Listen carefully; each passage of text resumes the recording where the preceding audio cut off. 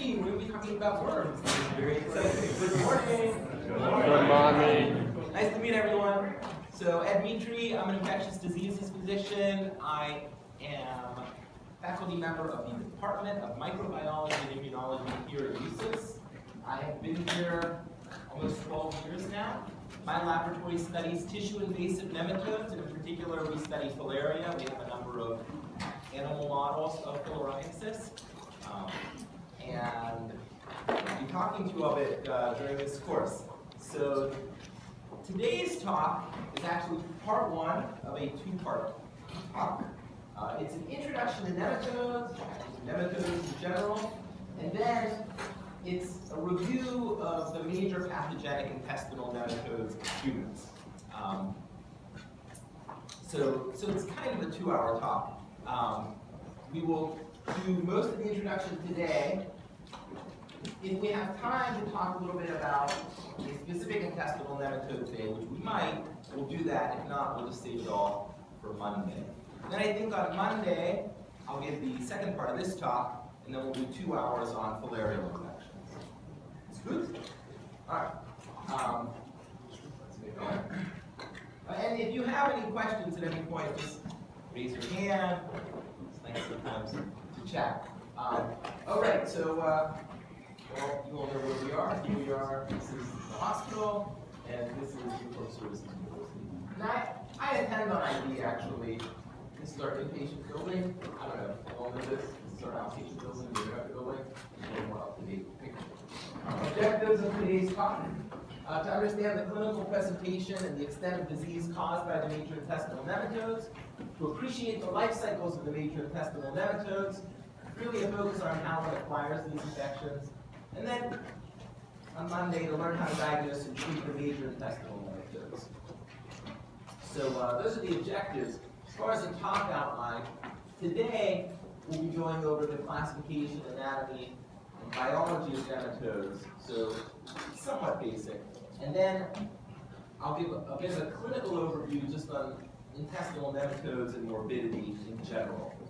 And then we'll have just a review of the major nematode pathogens in the intestine. So, who is this? Yeah, right. Usually prefaced by the word the great Sigourney Weaver. This is for me to remind myself that what I'm not supposed to do, it's, aliens, people think worms are aliens. But to remind myself that I should work hard not to put you to sleep during this talk. But it's impossible. You know why it's impossible? We're talking about parasitic worms. There's nothing more interesting. Okay, so that brings us to the question, what are helminths, right? Everyone tosses this worm around. Helminth? What does it mean? Anyone? Paradise. Yeah, so interestingly, helminth is not a phylogenetic term. It's just a colloquial term that we use in the biological sciences to mean parasitic worm. But it's not used in phylogenetics. They're also the most complex, fascinating organisms that routinely infect people. Okay, so they are animals, right? If you look at biology and you divide things up in kingdoms, they're animals. When people are infected with a helminth, it's an animal infected with another animal. So they're eukaryotic, they're multicellular, they typically have pretty complex life cycles. Now we break the helminths down into a couple of phyla within the kingdom of animals. So one phyla, which is the one we'll be talking about, is nematodes. And nematodes are roundworms. And then there are platyhelminths, or flatworms. And there are actually two groups of those. There's the trematodes, which are flukes, including schistosomes, and cestodes, or people. Oh, I'm giving this away. What life kingdom? Animals, right, animal kingdom. So there are a lot of helminth pathogens in humans. And this is kind of a list of major helminth pathogens that should become acquainted with over time. When you look at this list, it seems really big. But the reality is, if you compare it to other categories of microbes that infect people, it's not that big. Like if you look at all bacteria that commonly cause infections in people, it's a much larger list. Same issue with viruses. And to some extent, I think that comes about because parasitic helminths very much co-evolve with their human hosts, and in helminthology, not always, but a lot of times there is a lot of species specificity. So this is the major lesson, and between today and Monday, we'll be going over the pathogens in this list down to lower. Okay, when we talk about helminths in general, you have to keep in mind that these organisms are very different than other pathogens. They tend to live for a long time. Many helminths, most of them will live for a few years, and some of them can live even longer. Some of the liver flukes can live for 15, 20, 25 years. They have a complex anatomy. They have complex life cycles. They induce a T helper 2 immune response that drives eosinophilia and IgE production. And that just doesn't really happen with other organism classes, right? Does it never happen? Well, if you look at other organism classes, there's always an exception, right? For fungi, for example, coccidioidomycosis, on a test, that's always causing eosinophilia. In real life, if you look at cases of cocci, about 10 to 15% of cases will have some eosinophilia associated with it. Cystoisospora, which is a protozoa infection in the intestinal tract, sometimes has a little eosinophilia. And tuberculosis sometimes is associated with eosinophils, so is HIV. So there are exceptions, but in general, most other microbe classes, so viruses, bacteria, protozoa, that cause infections in a person don't really drive eosinophilia. Whenever you see eosinophilia in a patient, you should ask a travel history. And if they've traveled, or they've immigrated here, you might want to consider helminths as a potential diagnosis. And with few exceptions, they don't multiply within the host. What does that mean? That means if I go abroad and I swallow 4 Ascaris eggs, 3 months from now, what's the greatest number of Ascaris worms I'll have inside of me? Well, yeah, if I swallowed 4, then they could all live, so I can have 4, right? So that's very different, right? Because if I swallow, if I get, say I swallow 100 Shigella bacteria, right? A week I could have, I don't even know what, and I don't want to say if my bacteriologist friends will make fun of me, but they'll have something like 1 times 10th to a very large number, right? Because they're multiplying. They complete their life cycles inside of us. But helminths really do not. There are a couple of exceptions, and I mentioned them here. And the big one is strongyloids, which we will talk. And then as far as the type 2 immune response goes, so my lab studies that a lot. That's really an allergic type response. One of the questions people ask is like, why do we have allergies? Like, it doesn't make sense to have this whole system in the body to basically make it so that our kids can't just be given a peanut butter sandwich at lunch, right? That's annoying. So why does that system exist? It probably developed in part to help get rid of large extracellular organisms in our body, the helminths. If you look at the intestinal tract, the type 2 immune response will actually result in mast cell degranulation. You'll get something called a weep and sweep phenomenon. In the intestine, you start making a lot of mucus and you increase epithelial turnover, kind of trying to drive those worms out. And so there's a bit of a rationale to it. If you look at pathogens that are successful inside of us, they figured a way to avoid that type 2 response or to not be completely eliminated from it. Okay, so I think this is slightly helpful information what I'm going to tell you here. And it comes from a story.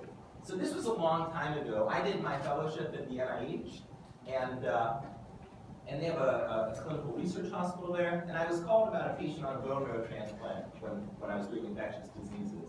And the nurse on this transplant floor called me and said, "We have a patient here. He just passed a worm in his stool. It's about 1 foot long. We have it here and don't know what to do with it." And I said, "Wow, that's so interesting. So I'm interested in studying worms, so this is pretty neat. I'm a little busy. I'll come down in a few hours And this was completely unacceptable to the people working on that floor. They were like, this is an emergency, the guy passed a worm, you have to come right away. So I went down, and before seeing the patient, what would you guess this worm is? If they're telling you the patient passed a worm. Sorry. Yeah, that's right. Probably going to be Ascaris, because grossly, it looks most like, what we consider a worm looks like. It's about the right size and shape, but it tends to be like the color. All right. On the floor, you're handed this in a stool cup.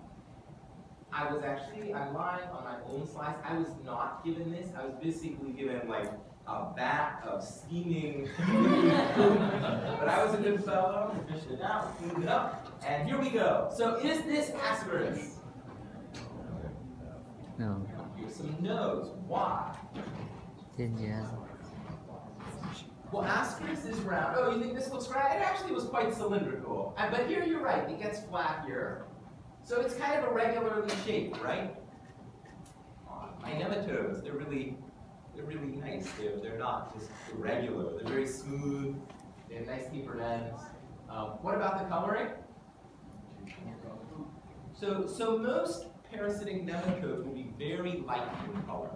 Oftentimes, kind of like almost like white or yellowish in color. So this was not Ascaris. This actually was unfortunate. This person had graft versus host disease. He had denuded his intestinal epithelium and it rolled over on itself. So that's what this was. So here's an Ascaris, and it really looks quite different, right? So if you look at the walls are very parallel with each other. If you grossly look at it, I'm just looking at it, it looks smooth. The reality is the outer part of a nematode is called a cuticle, and if you put that under a dissecting microscope, there's actually sometimes quite a bit of topography to it, but usually if you just look at it, it looks pretty smooth. And they tend not to be very pigmented. Now the pigmented thing you have to be a little careful about. Early Ascarid worms will, like the juvenile forms, will sometimes look pink, and sometimes nematodes will die, and in transit, they'll pick up some bilious or fecal staining, but you can usually tell. It's like, oh, it looks like a dead worm. Some coloration that it picked up. Now, keep in mind, nematodes are not the same as earthworms. So earthworms are in the phylum Annelida. So annelid, like anillo in Spanish, and because it looks like a set of rings, right? So if you look at this grossly, it doesn't look that smooth. This is actually a more developed, or higher up the evolutionary tree of life than Ascaris. This is a true coelomate, whereas nematodes are called pseudocoelomates. So in developmental biology, most organisms arise from 3 developmental layers: endoderm, mesoderm, and ectoderm. And humans, for example, we are true coelomates. And being a coelomate means that we have internal body cavities, so we have coelomic cavities that develop from the splitting of the mesoderm. Nematodes are pseudocoelomates because they actually have an internal body cavity, but it developed not because of splitting of the mesoderm, but because of separation between the endoderm and the mesoderm. Okay, so now we're going to just talk a little bit about general biological characteristics about nematodes, and really we're going to focus on anatomy. Oh, and you might ask me, why did I show you on the prior slide this? And the reason's really simple, because you take courses like this, you're probably somewhat interested in tropical medicine, and you will see if you express an interest, or even better, a fascination in parasitology, your friends and neighbors will start bringing you things. And so like people are always bringing me, oh, I picked up this fish at the grocery store. Hey, I went to the bathroom and I just, looked in there and I pulled this out for you. And sometimes you can pretty quickly look at something and just say, yeah, that's not.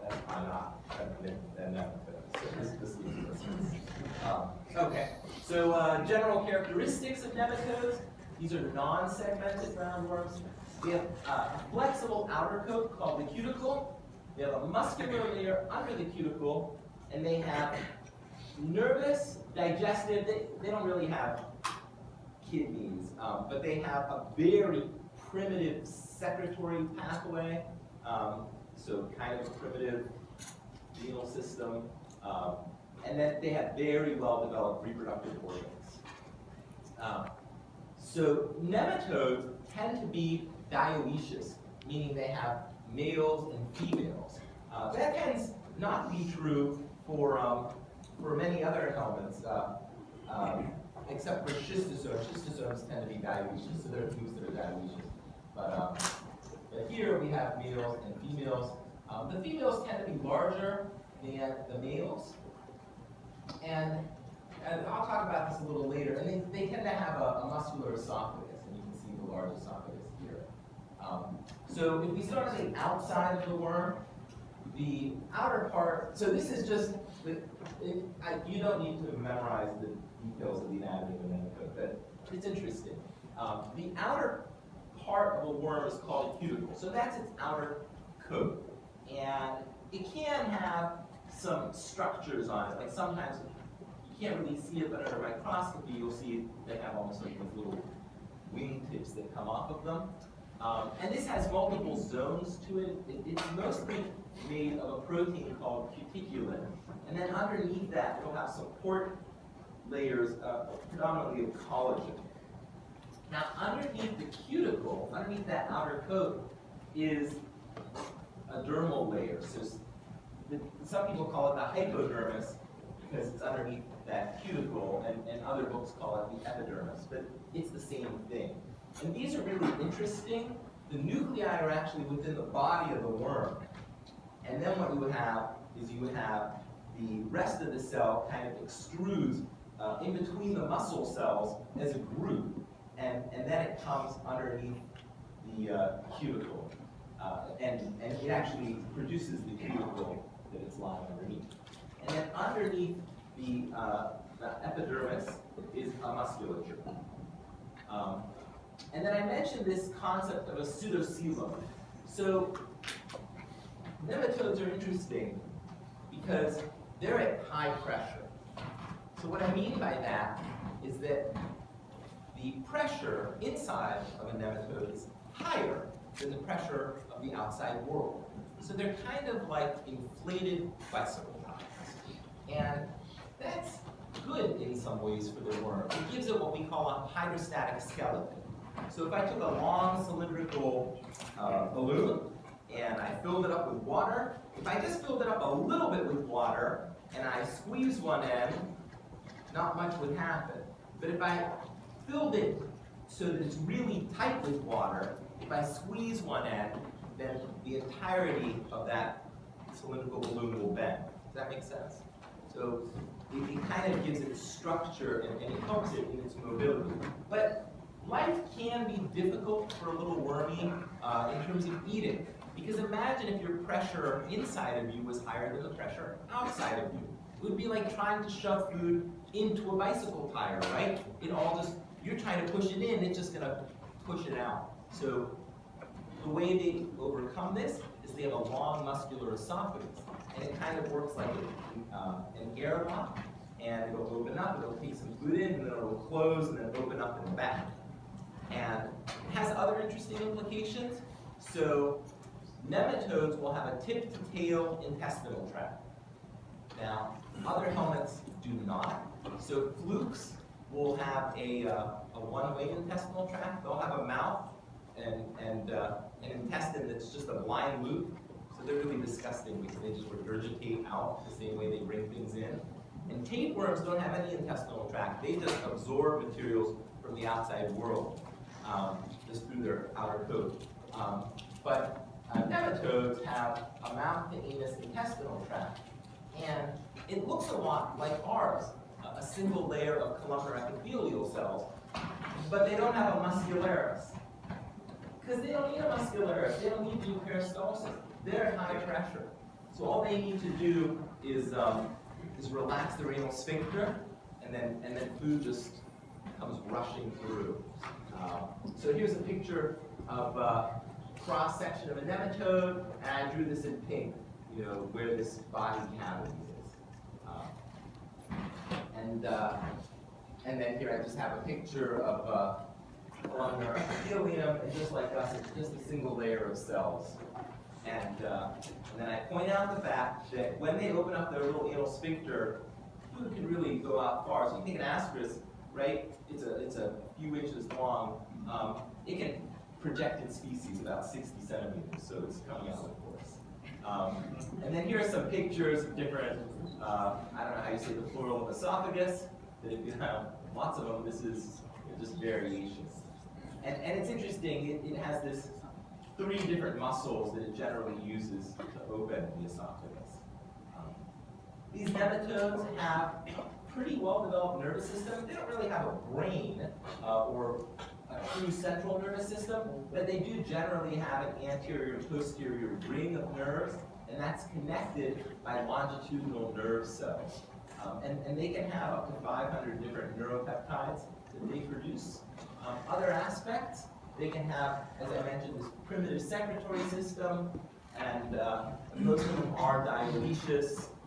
The males will have a little spicule that the sperm will not go through, but they'll use it to hold open the vulva when they mate, and then they'll kind of spray the sperm out, and then it'll have a greater likelihood of getting into the female.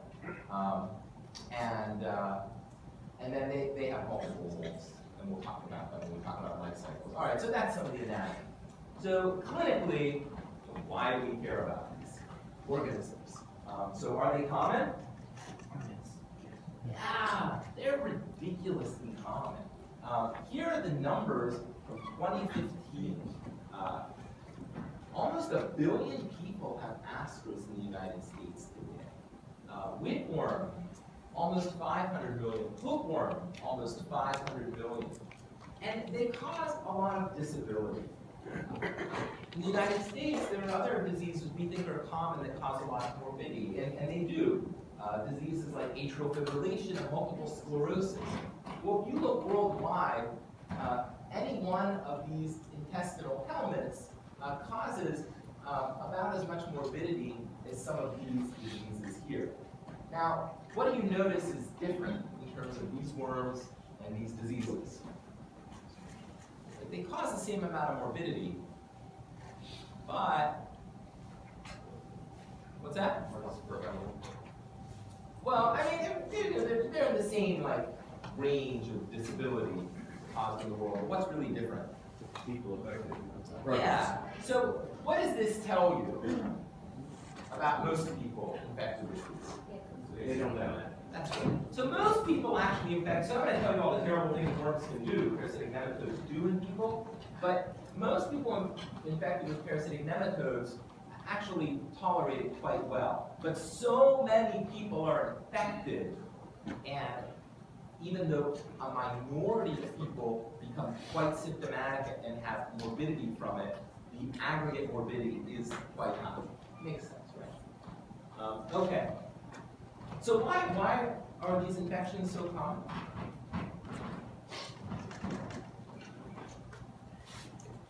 They're really not a big problem in the United States. What's the main issue? Yeah, it's primarily one of sanitation, right? And if you look at the world around us, this was a report that came out in July of 2015. Over 2 million people use unimproved sanitation facilities, and still almost 1 billion people don't really have access even to good latrines. Still practice open field defecation. And almost 1 billion people live in slum-like conditions. And as we go through the life cycles, you'll see that just basically, for a lot, not all of them, but for a lot of these intestinal nematodes, it's an association or contact with human fecal material, right, being ingested, or worms that can hatch from eggs and human fecal material that can go through the skin, for example, in the case of hookworms. So once you get good separation of waste and wastewater of humans away from drinking water or from contact with the skin of people, a lot of these infections just kind of disappear. So sanitation is a key problem in much of the world. And it's interesting, I have a research lab, and we try to develop novel anthelmintic medicines. We try to develop a vaccine for filariasis. And filariasis is a little different. It's a vector-borne infection, but a lot of issues actually just get resolved with socioeconomic development, right? Plumbing, good latrines, and sanitation. How about in the U.S. military? Now, I'm going to show you these numbers, but I'm going to give a big caveat here, which is I don't know 100% how true with a capital T these numbers are. So these numbers come from a colleague of mine, David Blazes. He was an infectious disease physician in the Navy for about 20 years, and he retired a year ago and went to the Gates Foundation. But he did a study that he tells me he will be publishing soon, but he presented it a couple times. And basically what he did was he took the military healthcare database and he just did a data poll. And he said, how many diagnoses are there per year over a 10-year period of different parasitic infections? And if you look at the worm numbers from his data, they're pretty high. So over about a 10-year period, there were about 2,000 ICD-9 reported cases of pinworm, about 400 cases of schisto, about 400 cases of malaria, over 300 cases of hookworm, and about 300 cases of echinococcus and cysticercosis, over 200 cases of ascaris. Now, as you know, the U.S. military has installations all over the world. We don't know which installation this is coming from, but and because it's an ICD-9 poll, right? So it's just how things are coded, and coding is sometimes an error. I don't know how true this really is, but the concept is we do sometimes see worm infections in the U.S. military. This is just graphing, and again, this is just pulled from David's data. If you look in the U.S. military, we get about 100 cases, or it depends on the year. This is maybe more like 50 cases in 2014 of malaria, which we should appropriately worry about all the time, because malaria in a person who's not routinely exposed, especially to falciparum malaria, can be lethal very quickly. I don't need to minimize how important we should consider it, but there's a lot more helminth infections than diagnoses such as malaria or leishmania or leptospirosis. Okay, so we already asked this question. Most people with intestinal nematodes have symptoms. The answer is no. No, most patients do. I guess I'll just mention, as far as helminth infections in the military, here at Walter Reed Bethesda, we don't see so many, but we do see them periodically. So, and when we see them, I've been on staff here for so long that people know I get all excited if we have a case, so people tend to share them with me. So I don't think I miss too many of them. We probably average one cysticercosis case a year, but we don't see like one every year. It's just like one year we'll have 2 or 3, then we won't have any for a couple of years. We tend to see a little more schistosomiasis. We'll see it like 2 cases a year maybe. We think about echinococcus a lot, but we don't see it a lot. There is a case that people have been following for a while now, but we don't see that one so often.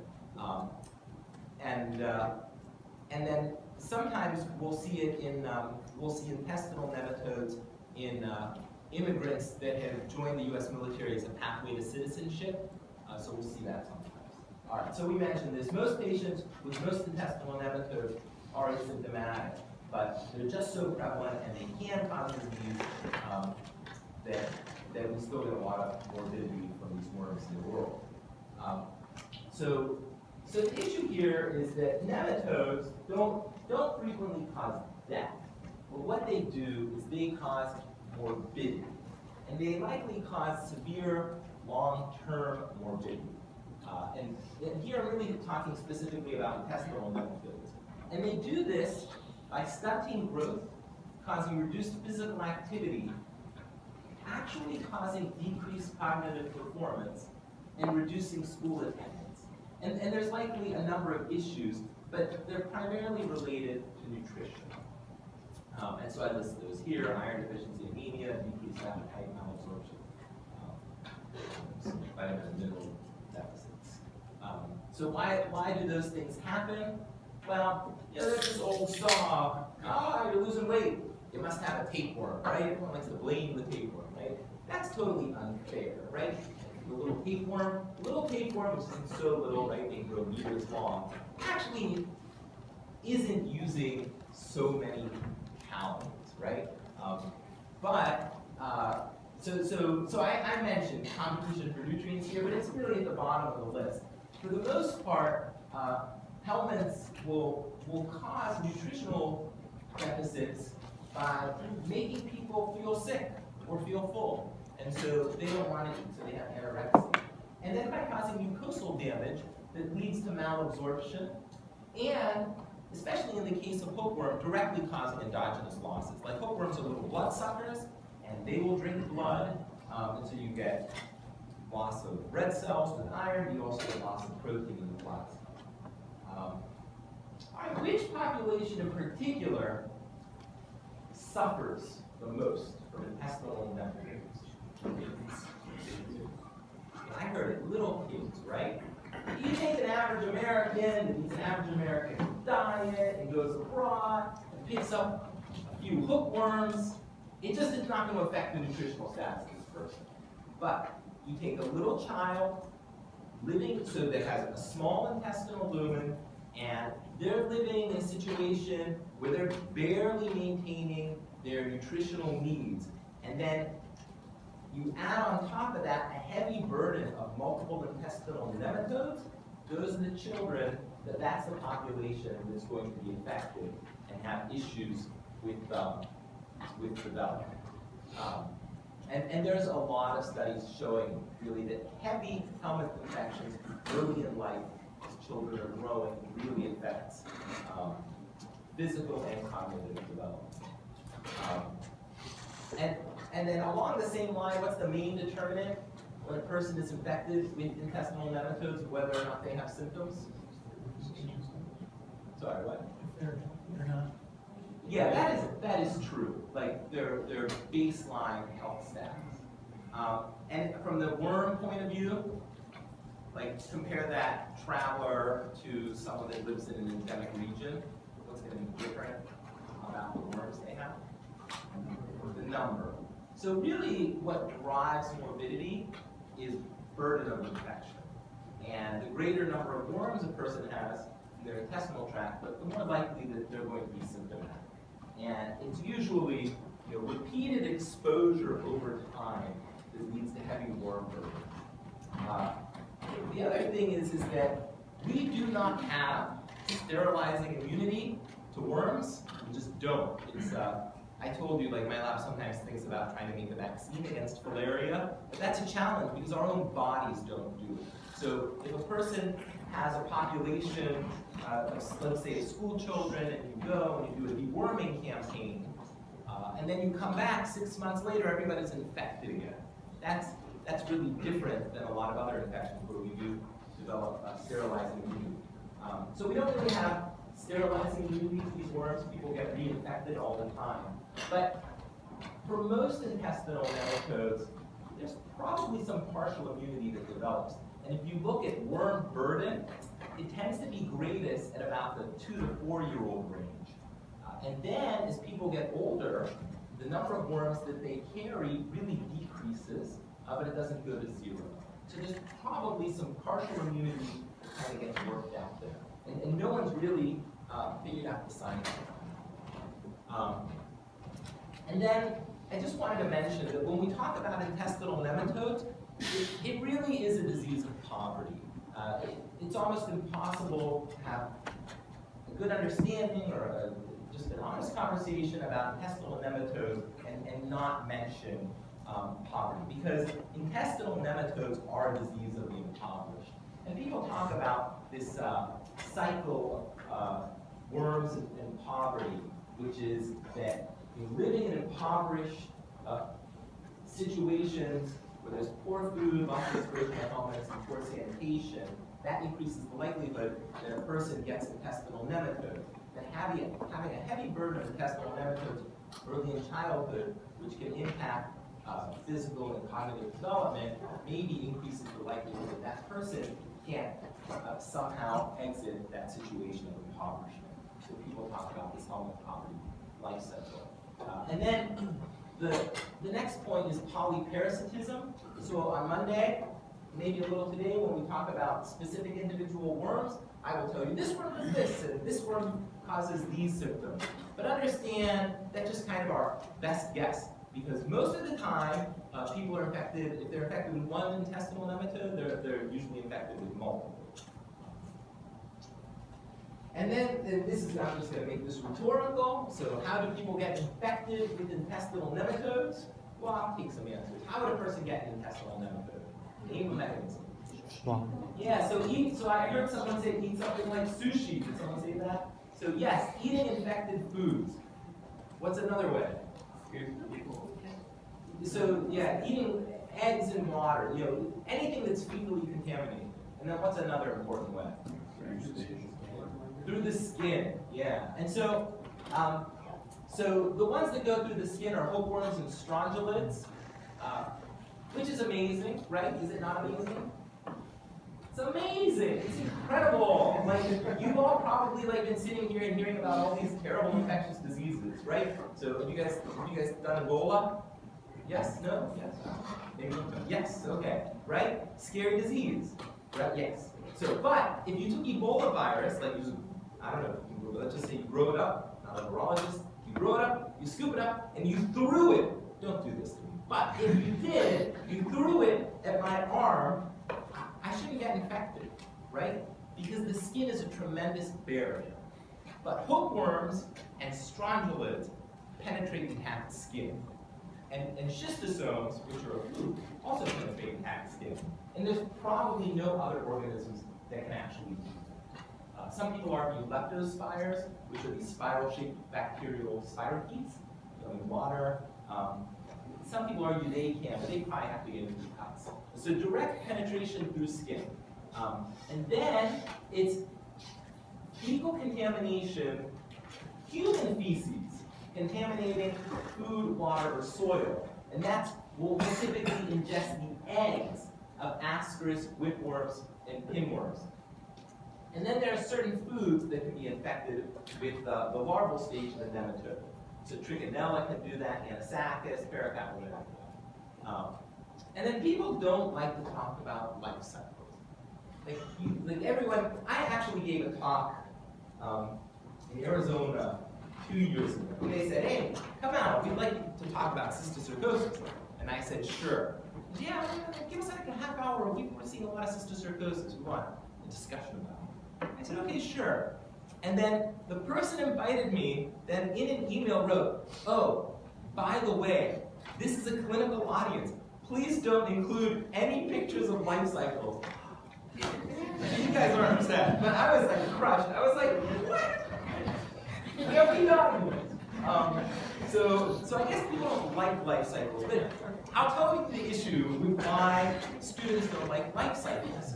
Students don't like learning about, first of all, it probably reminds you of biochemistry, right? Cycles. But secondly, we parasitologists, we never get our due. So what we're asked to do is to discuss, 20 helminths in 1 hour. And it's all these life cycles, and it's annoying to learn. Like, who can learn so many complicated life cycles in such a short period of time?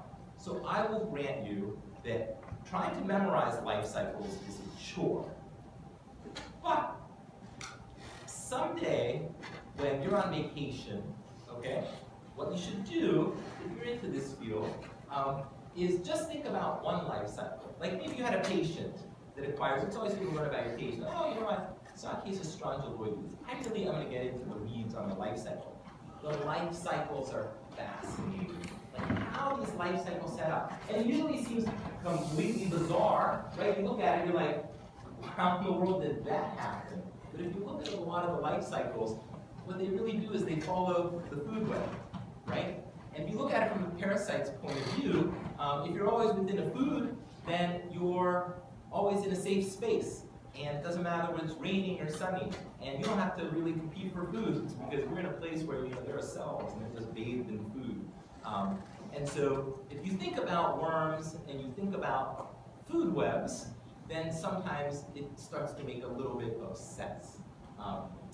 But for testing and practical purposes, if you just remember these life cycles, just this here, this is like really good in case anyone tries to test you on this. And that's the following. For the intestinal nematodes, it's simple. Egg swallowed, hatches into worm, releases egg, swallow the egg. For most worms, except for these, Strongyloides and hookworm, the larva penetrates through the skin. It migrates in the tissues, makes its way up to the lungs, penetrates through the lung tissue, so it hops into an alveolus, crawls up the airways. We always say a person feels a little tickle in the back of their throat. I don't know, sounds good. So a little tickle in the back of the throat, swallow the worm down, gets to the intestinal tract. Pretty amazing, interesting. That's Strongyloides and hookworm. Then there's Ascaris. Ascaris, I was going to say it's like a millennial, but I don't want to make fun of millennials. So I don't know. But it's like most people, right? Like they graduate high school and they want to explore the world and see everything, but at the end of the day, they come back and do whatever their mom and dad kind of wanted them to do in the first place. Because what happens to Ascaris? Ascaris adult worms want to live in the intestinal tract. And so when a person swallows an Ascaris egg, guess where it gets to? It gets to the intestinal tract. It hatches, it should be happy, it should stay, but it doesn't. It actually penetrates the intestinal mucosa, goes through the tissues. I don't know that it doesn't really cause hepatitis, but it goes through the circulation of the liver, makes its way to the lung, and then there's what Strongy and hookworm does. It pokes its way into the air sac, crawls up, gets swallowed down, and then it's right back where it started from. So it was just like, a tour to Europe before okay, and then as far as symptom categories, I just want to point out a couple of general concepts of intestinal nematodes. What symptom is missing under GI? Diarrhea. Now, it's not true that intestinal nematodes never cause diarrhea. They sometimes do. Heavy whipworm infections can cause a true bloody diarrhea, dysentery picture. That's heavy whipworm infection. Strongyloides stercoralis in the Vietnam War caused diarrhea in a lot of American service members. So they can cause diarrhea. But in general, if you have a traveler that goes abroad, and they come back to the United States, and they present with diarrhea, it's usually not worms. It's usually bacterial, or why do we get a stool O&P or sometimes when we're evaluating someone with traveler's diarrhea? What are we really looking for? We're looking for protozoa, right? So if you see like an Ascaris egg in a stool O&P of someone with traveler's diarrhea, the correct response to say, well, that's interesting. I guess I should treat it. I still have to think about what's causing the diarrhea. Fair? So what do helminths do? Well, honestly, most of the time, they don't do anything. Most people are asymptomatic when they have these worm infections. But when they cause symptoms, it's usually something kind of vague, especially in return travelers. Most of the people I've seen with Strongyloides or hookworm, they'll just have a little abdominal discomfort, a little bellyache, and not much more. Pinworm can cause perianal itching, and you can get malabsorptive syndromes. Strongyloides, hookworm, and Ascaris, because in their life cycles they all go through the lung, can cause a pneumonitis that's associated with eosinophilia. And that's called Waffler syndrome. It was initially described with Ascaris, but it can also happen with Strongy and hookworm. And people aren't critically ill. This isn't generally someone going to the ICU.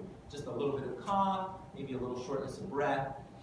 Check their blood on a test, they'll have eosinophilia. In the real world, they won't always, but in the test, they'll have eosinophilia. And if they want to be nice to you on a test, they'll say, there were a couple of patchy infiltrates in the left upper lobe. And then 3 days later, they didn't respond to some antibacterial they were put on. And 3 days later, another x-ray was obtained. What's it going to show? Patchy infiltrates where? In the left upper lobe? They'll put them somewhere else. And it's because you have different larvae migrating through there, or the larvae that are already there are still migrating. And so it's patchy infiltrates associated with eosinophilia, and they kind of move over time. And then there's some skin manifestations, especially Strongy and hookworm can cause problems if someone's sensitized and so they've seen it before, but when they get reinfected, it can cause something called round itch. I'll talk about cutaneous larval migrants when we talk about hookworms. And then there's just general fatigue and symptoms from nutritional deficits that we talked about a bit before, so decreased growth, decreased cognitive development, and just being tired from iron deficiency. Do the hookworms causing like blood loss or causing? Yes, absolutely. And I'll talk about that when we talk about hookworms. So hookworms are one of the most common causes of iron deficiency. Can I just ask, do we have until 8:50 or 9? I don't even know. You have, the next speaker starts at 9. Okay, well we will stop so you guys get a little break, but I'm just going to do a couple more slides. There's like 14 minutes until 9, so I'll probably be able to give you at least an evening. So helminth infections are associated with eosinophil counts and IG levels, and I'm not going to bore you with a lot of scientific data. I have a lab that studies this. So here you go, take it from our lab. Again, has a parasite here, and one researcher says together, I can't believe it. His eosinophil and IG levels up through the roof. It's not very funny, but I'm trying. All right, so this will be kind of the last thing we do before we take a break. This is a true story. 26-year-old woman from Nigeria was actually married to an American service member, presented with 5 years of constant crampy lower abdominal pain. No diarrhea, no loose stools. Now, anyone who's ever done an internal medicine clinic anywhere in the world knows that if you have a patient that comes into your office, in medical school you're taught to do this review of systems, you never want to ask the GI questions. Ever, ever, ever. I mean, right? Like they teach you this in medical school, and then you're out there in the real world, and you're like, you ever have abdominal discomfort? Yes, sometimes. Everyone does. So she had this, but she had it more than other people, and she complained about it so much that people evaluated it. She had 2 negative stool odor and parasite exams, normal GYN, someone did a hysterosalpingogram, that was normal. She had 3 normal CAT scans. Because, you know, 3, okay. But if you look at her blood work, she had a normal white count, but a third of it was EOs. Now, what you really want to look at is an absolute eosinophil count, okay? So in the United States, when we have a number for white cells, it's cells per microliter, right? And an abnormal eosinophilia is more than 500 cells per microliter. So all you do is just take your percentage, multiply it by the total white cell count, and get your absolute level. And computer systems always do it for you, so you'll see AEC. And if it's over 500, that's an eosinophilia. Now the reality is, I wouldn't lose a lot of sleep if someone has an eosinophil level of 550 or you're not sure why. I don't know. But if someone has an absolute eosinophil count of 700, 800, or higher, and it's there, and you repeat it, and it's there, something's going on. It might not be a worm, it might be an allergic process, it might be something else, but there's a reason for it. People don't walk around with eosinophilia for no reason. So she had eosinophilia and she had an elevated IgE level, total IgE. The standard actually is less than 70 international units per milliliter, and hers is about 5,000. So she has eosinophilia, she has IgE, she grew up in Nigeria and came to the US 3 years ago. So the question is not what does she have, because the answer just is a general category of the question, what does she have? What does she have? She has worms, right? I mean, she has intestinal nematodes, not even a question. She has like abdominal ache, she has eosinophilia, common things being common, she probably has intestinal nematodes. The stool open parasite exams were negative. Why were they negative? Because the parasite is systemic. What? The parasite is in a systemic form. That can't happen. So in early stage, like early stage ascaris, it may not be, there may not be eggs. It takes a few months, it takes a few days to get the intestinal tract. It takes a period, a month or two to develop to adulthood. They usually molt a few times.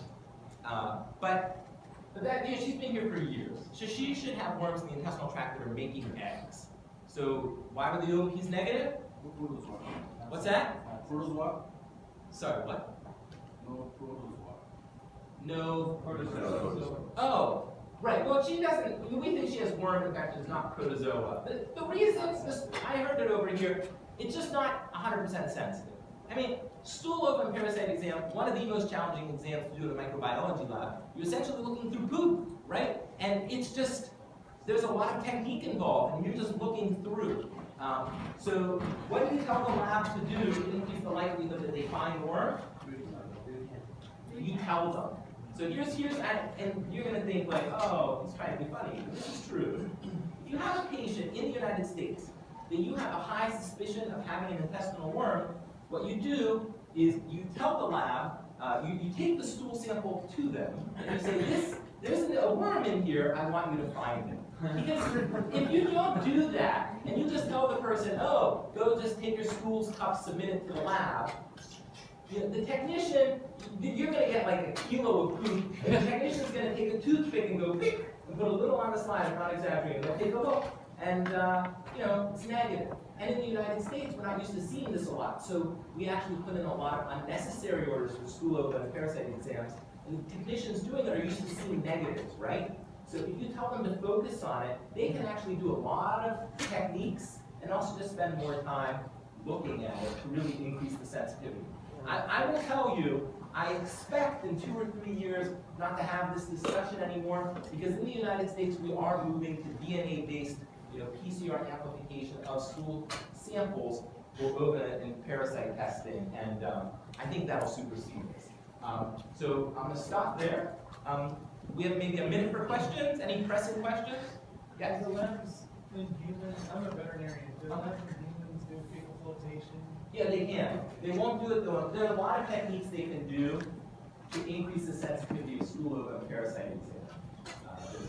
Different concentration techniques. It's not routine. It depends actually on the lab where you are. Some places will do something called Behrman's routine and stuff. It just depends where you are. And you have to talk to each member. But yeah, not necessarily routine. But if you talk to the lab, they will do techniques that